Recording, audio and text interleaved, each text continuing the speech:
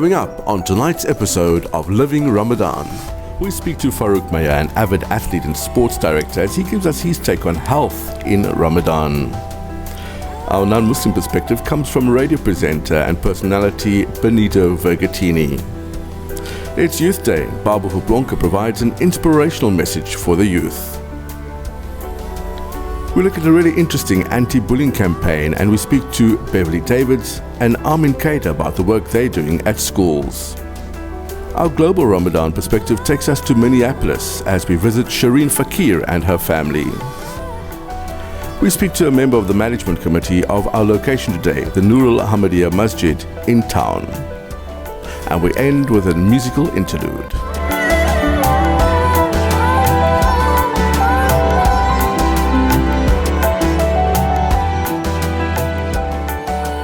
Welcome to today's episode of Living Ramadan. It's episode 2 of season 2. My name is Baboo and I'm your host for the season.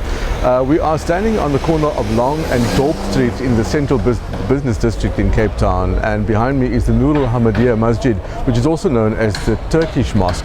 It was established here in 1884 and it was built and developed by the students from Turkey of Sheikh Abu Bakr Effendi, who hails from Turkey as well. We'll find out a little bit more about the history of the mosque and also some of the current endeavors of the management committee in a little bit. But right now we start our show with an interview all about health. So we speak to an avid runner and a program director of a running club. It's Farouk Meyer.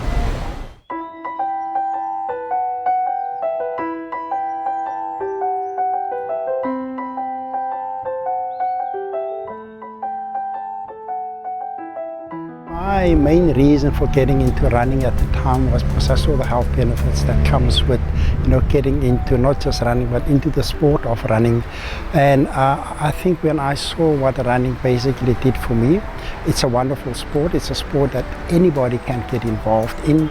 And I think, when I saw what basically happened to me when I had an issue with my health at the time, and I also realized, at the time our community was basically suffering from health style diseases. And I thought now, considering what running has done for me in terms of changing my lifestyle, I then decided, working on a program and see how I can in fact help change the lifestyles of our community.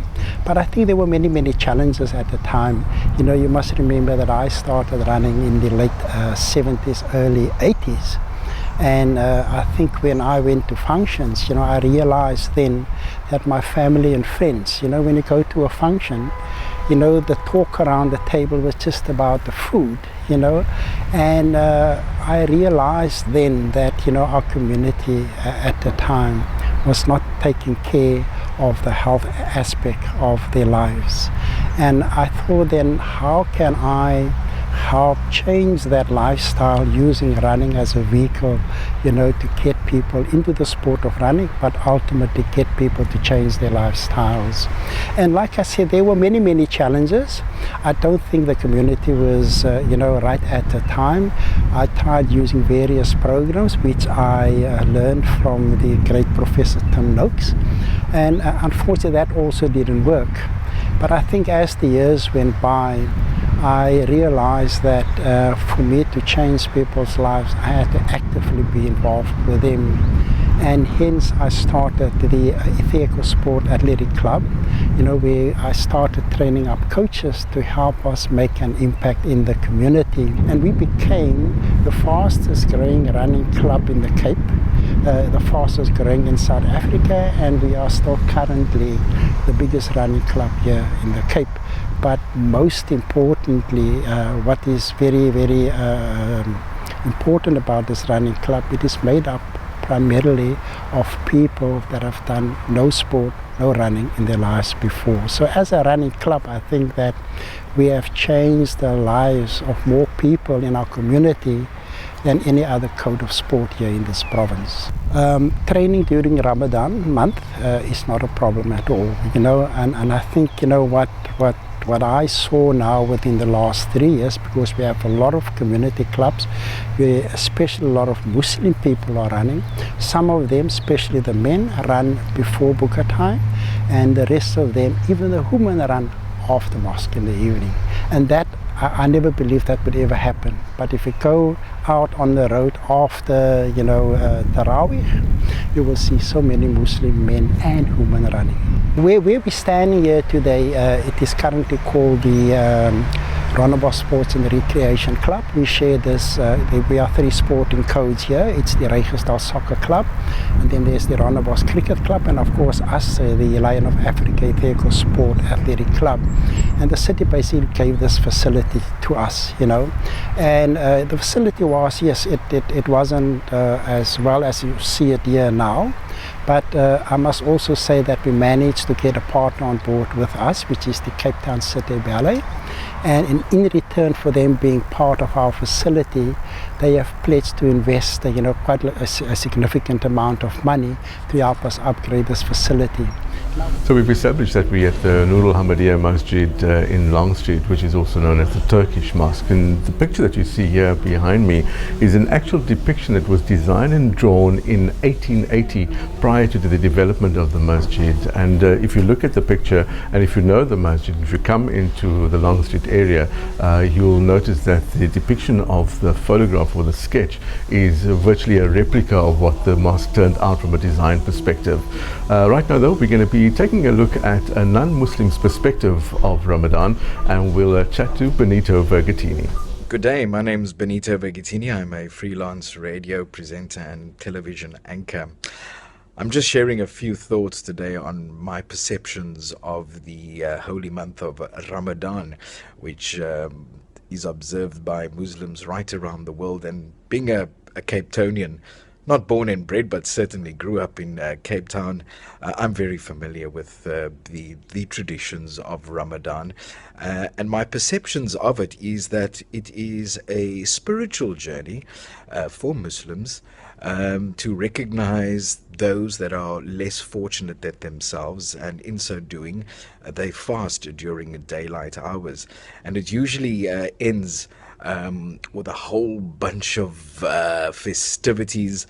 Eid naturally has always been an absolutely huge occasion in and around Cape Town, and I have fond memories growing up of going to neighbors and participating in the festivities, and naturally seeing all the children beautifully dressed up in their Eid attire. But apart from the festivities, it certainly is an important spiritual journey, and from my perception, a huge tenet in the Muslim faith.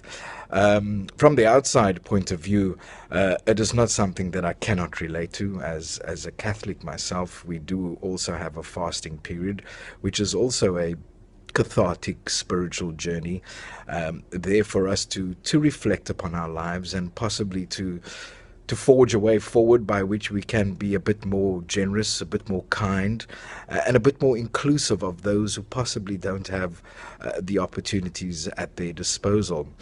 In so doing, one of the great traditions of the fast is always the breaking of the fast. And growing up, it's another great memory where you would go to your neighbor or friend's house and sit and eat with them as they pray and break the fast.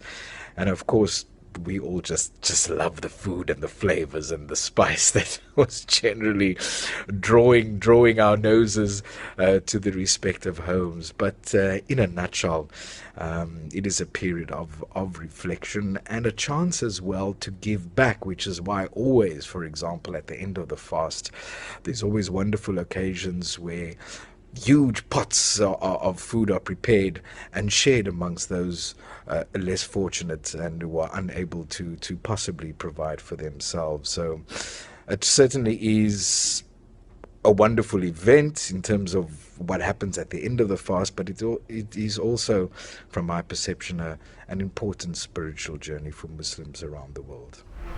Today we find ourselves at the Nur al-Hamedia Masjid that is here in Long Street in Cape Town.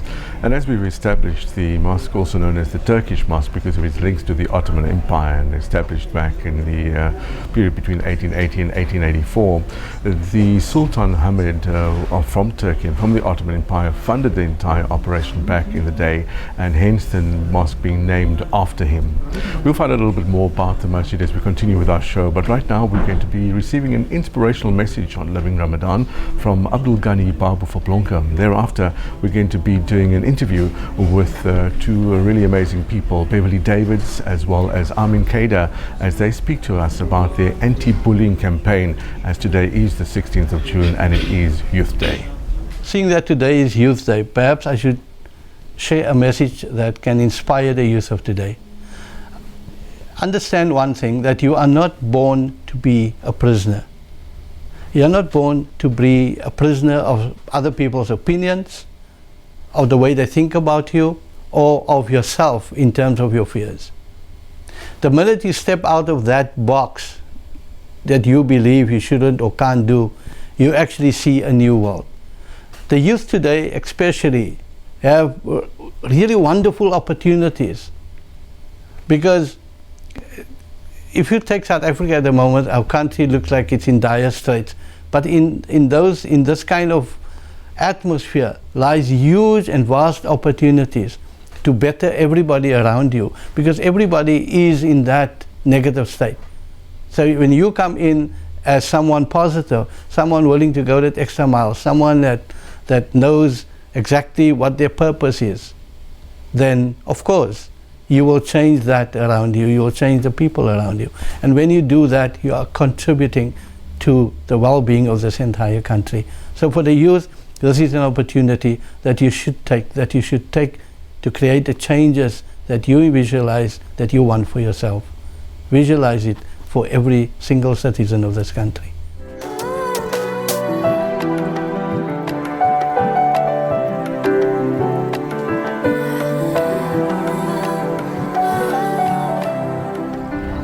My son was bullied badly, my boob, and that happened in 2012. And because of what Chauncey went through, and because I realized then that there's really no assistance for children going through bullying, it was an idea brought up by Chauncey. At the time, I was just busy with my own thing. But it just so happened that 3 years back, Chauncey passed away and we went through adult bullying. And that was when we actually started Chauncey's Epic Anti-Bullying campaign in his memory. So we go around visiting schools, primary schools, high schools, not only in and around Cape Town, wherever the need is. So yeah, we travel outside of our province to go, if the need is there, we requested to come out, we go out. And then also the media comes on board and they do quite a bit of awareness. But also what is so great for us is that we've got an awareness week, we've got an awareness day and month. So yeah, that's all times that we use, and the media's come on board to help us spread awareness in that time. They're actually quite happy to have us there. People are interested to hear Chauncey's story. They want to know what happened to him. And it's kind of sad to have to stand there and tell his story, but this is something that I have to do. We were actually called out to a school in Somerset West about 3 months back. We addressed the school, and because it was Awareness Week now in May, what we actually did is we went to the schools that we visited before and we actually rewarded them with gold anti-bullying certificates. And the one school in Somerset specifically, the principal was so happy to see us when we got there to bring the certificate, because then his feedback was, ever since we visited the school, the problem in his school has now stopped. I'd like to tell our youth, it is so important for you guys not to give up, not on yourselves, definitely not. And if you ever felt that you didn't know where to go to, or you believe there was no one that could possibly assist you or help you, you were wrong, because there are people, so many people and activists like me going around helping whoever needs our help. Oh, you know what? I think the drive came more from the mere fact that my daughter, Nabila, was bullied very badly on high school. And I just felt that, you know, to get the message out there to our parents about what's happening, because the moment our kids leave our house, you know, we don't know what actually happens to them on school. And when they do come home, lots of kids have this thing about hiding what happened to school. But I'm very fortunate to the fact that I've got a kid and I've got kids that are very spoken, they're very outspoken, and they should come home and complain. And yes, I just felt that what she's gone through, I don't want any other kid to ever experience, because it's taken me as a parent, my wife, myself, you know, through psychologists, psychiatrists, you know, and all that. And in probability as well is the fact that Nabila has only spent about a month on actual high school, and thereafter she's been homeschooled. And which to me is a blessing, but it also deprives her of the mere fact of interacting and meeting new friends, and missing out on sporting opportunities, which she was very good at primary school level. She was bound to become one of the new Western Province under 13 at that stage swimmers, but she's been deprived of that because of not being able to be at school. Man, my message is through sport, because the passion and the fact that I deal with kids on a daily basis, being part of the JP21 project, it gives me an opportunity to relieve all the frustration that I've had, which my daughter actually has. But we as parents, I think we share that passion to get the message out there. So to me, it's all about going into the sport, going out into the community, training these kids, telling them to say no to bullying, whether it is a teammate, whether it's a classmate, whether it's your teacher, everybody out there are bullies, and there are many ways of being able to handle and to be able to handle the pressure coming from these different formats of people out there. The JP21 project is a project which JP Dumini, the Proteas all-rounder, has brought to the Mitchells Plain community, where we provide an opportunity for kids to actually play cricket, because cricket has died out in the Mitchells, and actually that sports has died out in the Mitchells Plain area so much because of all the gangsters and all the gangsterism, and people getting influenced in the wrong way by role models which are not really role models to them. So we are out there in the community to make sure that these kids make the right choice of a role model and to take sport to the next level. For me, the message to the youth out there is really to make sure that you choose a role model which can help you to improve your life. Because my message to all the kids when I ever talk to them is, do you see yourself being overpowered and overshadowed by everybody else when you have your own unique way of expressing what you can be a better person to your teammates or to your friends and even to your parents? So we've established that we are at the Nurul Hamedia Masjid, which is the Turkish mosque here in Cape Town. Now, the recent refurbishments and renovations were sponsored by the Turkish Cooperation Coordination Agency, which is part of the Turkish government, and we'll find out more about that when we speak to a committee member in a little bit. But right now, we take a look at Living Ramadan's Global Ramadan insert, and we go to Minneapolis in the United States of America as we chat to Shereen Fakier and her family. Assalamu alaikum and Ramadan Mubarak, everyone. My name is Shereen, and I'm chatting to you today from Minneapolis, Minnesota, which is in the United States. Minneapolis is located in the middle of the country and is considered sort of the heartland of the US. This is also known as prairie country. My husband Abdul and I came over here 15 years ago and have lived here ever since with our 2 little girls. But we are originally from Cape Town, South Africa. First thing we discovered when we moved here was that we were the only Muslim expat South Africans in Minneapolis. In the 15 years that we've lived here, we haven't met any other Muslim South Africans in this city. We do, however, have friends from Turkey and Pakistan and Egypt and Somalia, and the population of Muslims in Minneapolis is very diverse. There's a huge Somali refugee population, Bosnian and East African as well. That said, when we first moved here, being unfamiliar with the place, Ramadan was a very lonely experience. Our neighborhood is not predominantly Muslim, and in fact, I wouldn't say there is any Muslim neighborhood. People are pretty much spread out, and so the place that we would meet Muslims would be through friends, and then also the mosque and the community centers. That said, the biggest difference in observing Ramadan in those first few years was that, in Cape Town you have the call to prayer, and you have people walking around the neighborhood, taking plates of food to their neighbors, and there's a general sense that this month is very different. Whereas in Minneapolis, you have people going about their business and doing their daily routine, and it seems like you are pretty much this on this lonely little Ramadan island, However, we have, in the 15 years that we've been here, come to know and befriend many other families who are also immigrants and kind of become sort of an extended Muslim family. So most of the Ramadan traditions depend on whose house or which mosque you go to. Depending on the majority of people there, chances are you're going to eat Egyptian food or Pakistani food or Afghani food, Turkish food, and you may pray in a slightly different format depending on who is leading the prayer as well. The beauty in this is that I've come to learn that there are so many traditions within the Islamic faith, and that there's more than one way to observe Ramadan, and I've really enjoyed learning more about that. So in the month of Ramadan, as you would have noticed, we have a mini Jummah every single day for Dhuhr, and obviously the Jummah Salah on every Friday. We have a full Tarawih program, so we have the 20 rak'ahs Tarawih, and we have a short recital of the Quran as well, and a short lecture.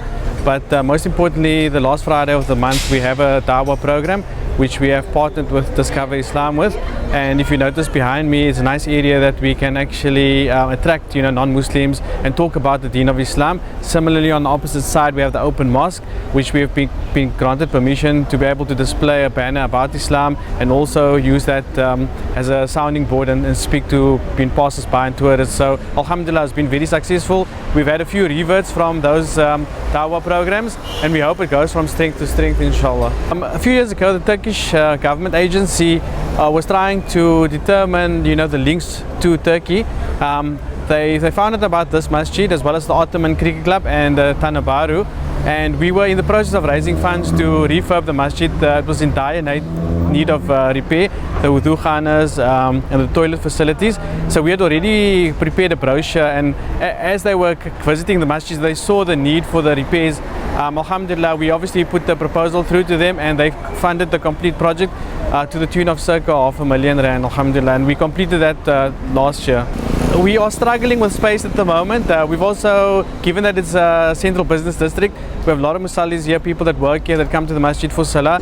We accommodate ladies. We're trying to have a demarcated area for them, but most importantly we need additional facilities. So inshallah, maybe in the near future we can purchase a building adjacent to the masjid so that we can actually accommodate all musallis on a Friday inside the masjid and not just on the road.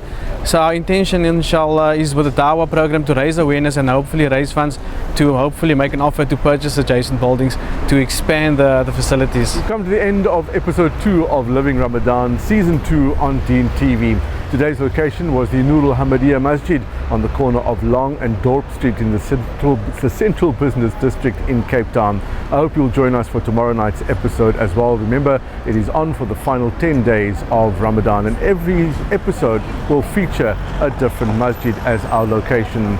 Remember to cherish each and every moment in the company of the special people in your life. Let them know as often as you can that they are important to you and that you appreciate having them around and that you love them dearly. I wish you peace and blessings.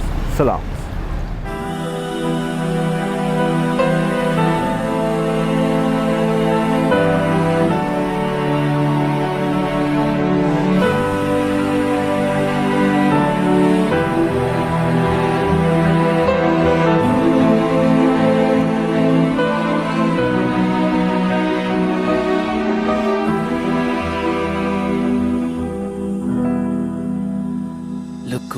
Yourself, can't you see this wonder spread in front of you?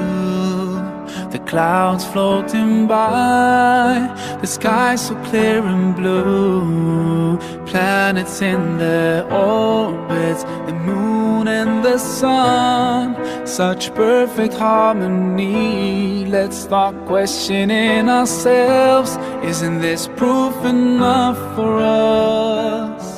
Or are we so blind to push it all aside? No, we just have to open our eyes, our hearts and minds. If If we just look right, we'll see the signs. We can't keep hiding from the truth and let it take us by surprise. Protect us in the best way, guide us every single day, keep us close to you until the end of time.